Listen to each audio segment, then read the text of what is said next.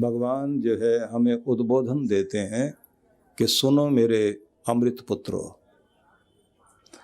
बड़ा प्यारा उद्बोधन है ये।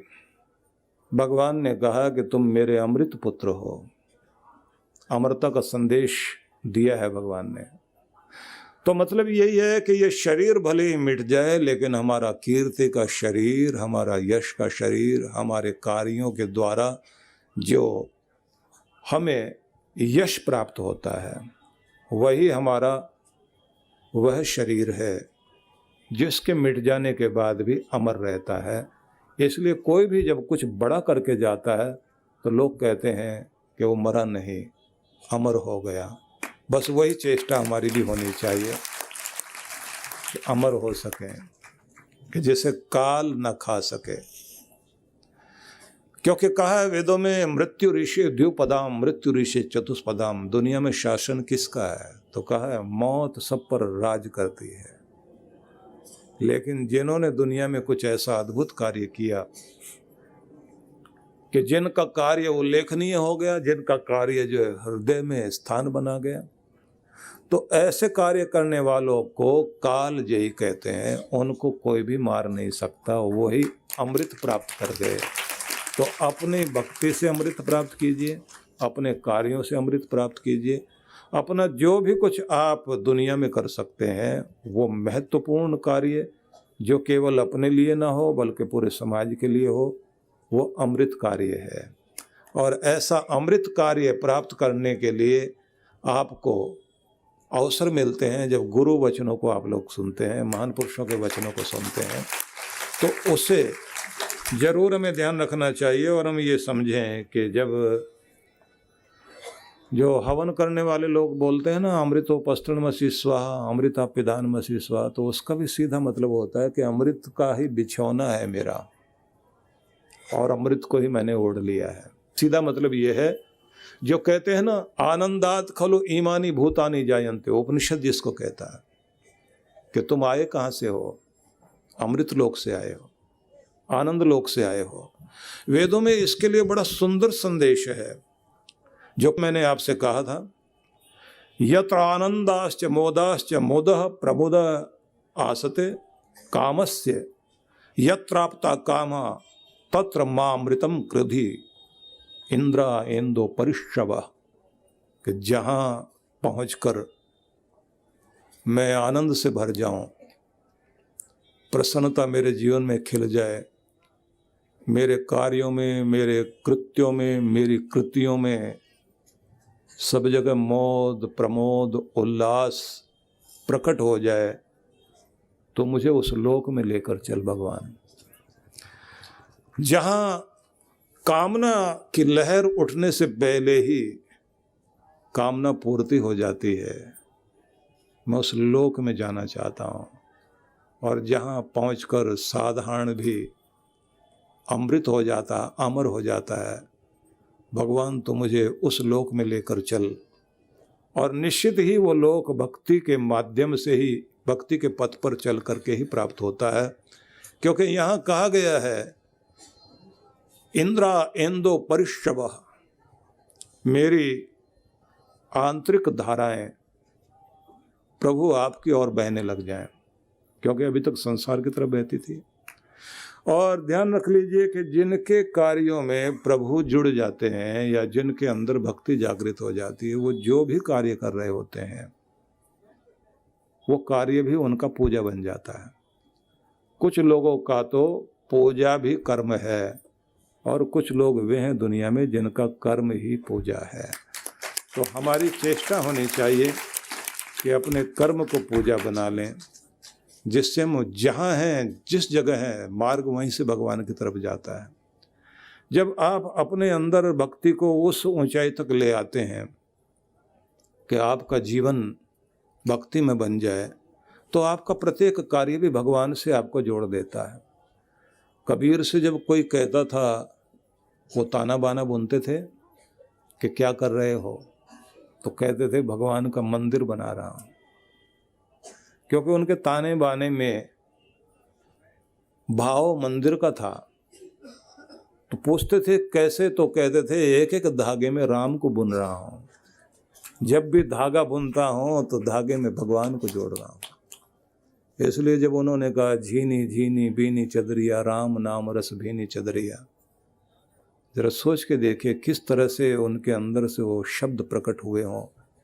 या फिर रैदास जब अपना वो कार्य करते हुए जो समाज में रोजी रोटी चलाने के लिए कार्य कर रहे थे, उस समय उनके अंदर से गीत प्रकट होते थे। उन गीतों में जब वो ये बोलते थे, बहुत जन्म बिछड़े हो माधव, ये जन्म तुम्हारे लेखे, न जाने किस जन्म में मैं तुमसे बिछड़ गया था मेरे रब, अब इस जन्म में फिर तेरी याद आई है।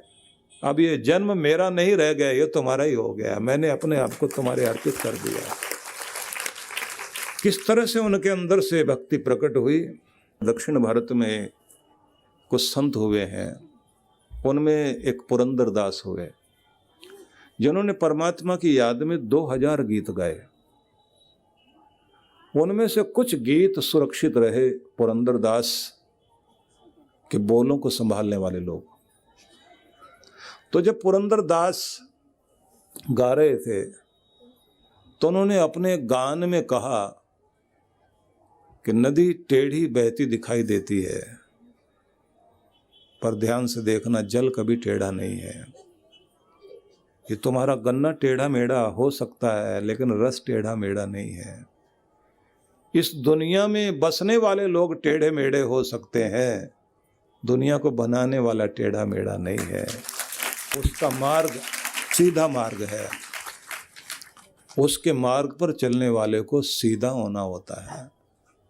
जितने सरल हो जाओगे रास्ता आसान हो जाएगा, जितना दिखावा आडंबर वक्रता टेढ़ापन जीवन में आता जाएगा, कृत्रिमता आती जाएगी, उतना मार्ग मुश्किल होता जाएगा। इसलिए इन लोगों ने, चाहे वो रज्जब थे, सुंदरदास थे या रैदास थे, इन सब ने जो कुछ गाया, देखने में लगता है कि शब्द साधारण है, बहुत अद्भुत लोग थे। ऐसा लगता है कि जैसे ईश्वर उनके अंदर बैठ कर के बोल रहा है। गोरखनाथ ने हजारों तरह की पद्धतियां दी, लेकिन अपने मौज में आके जब वो बोलते थे, गगन मंडल में गायें ब्याई कागज दही जमाया, छाछ छाछ तो पंडित पी गए सिद्धा माखन खाया। कितनी बड़ी बात कह गए। गगन मंडल आपका मस्तिष्क, कि यहाँ तुम्हारी साधना नया जन्म ले जाए, जैसे गौ जन्म देती है बछड़े को, और फिर प्रकट होता है दूध दही जमाई। तो कहते हैं कि व्याख्या करने वाले जितने व्याख्याकार पंडित लोग हैं, बुद्धिमान लोग हैं, उनके हाथ तो केवल छाछ आई, और जिन्होंने साधना की सीधा माखन खाया, मक्खन तो उनको प्राप्त हुआ, वही अमृत प्राप्त कर गए। तो इसीलिए कबीर ने एक स्थान पर जब ये कहा, गगन मंडल में अमृत का कुआं, तुम्हारे मस्तिष्क में ही अमृत का कुआं है। गगन मंडल में अमृत का कुआं, तहां अमृत का वासा, वहां पर अमृत है। सगुरा होवे भर भर पीवे, और निगुरा मरत प्यासा। जो निगुरा है बस वो प्यासा मर जाएगा, लेकिन जिसे मिलेगा वो सगुरा ही होगा। मतलब गुरु वाला हो करके ही उसे पाया जा सकता है। परम पूज्य सद्गुरुदेव श्री सुधांशु जी महाराज एवं डॉक्टर अर्चिका दीदी जी के पावन सानिध्य में प्रत्येक वर्ष की तरह इस वर्ष भी नव वर्ष का शुभारंभ नव प्रभात 2024 31 दिसंबर 2023 से 1 जनवरी 2024 तक नए साल पर दिल्ली स्थित आनंद धाम आश्रम में एक भव्य कार्यक्रम का आयोजन होने जा रहा है, जिसमें आप सभी भक्तजन भाग ले सकते हैं, वो भी निःशुल्क।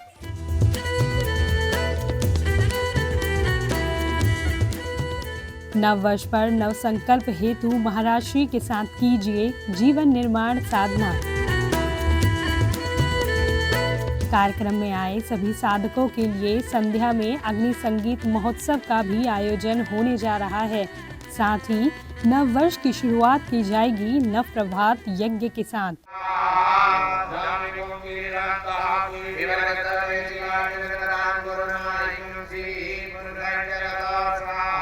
इसके बाद महाराज श्री एवं दीदी जी के सानिध्य में एक भव्य एवं विशाल शोभा यात्रा निकाली जाएगी।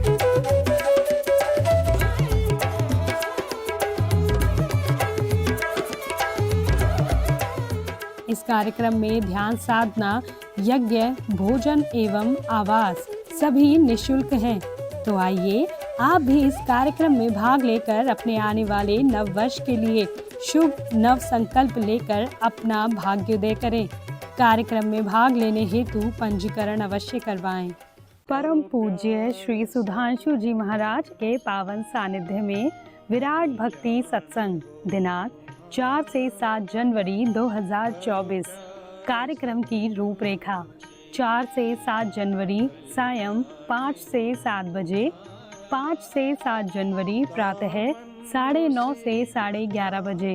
विशेष कार्यक्रम मंत्र दीक्षा समारोह 7 जनवरी रविवार दोपहर 12 बजे।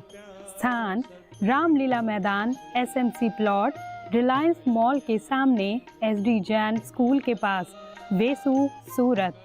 आयोजक विश्व जागृति मिशन, बालाश्रम परिवार, सूरत। संपर्क सूत्र आप सपरिवार सादर आमंत्रित हैं।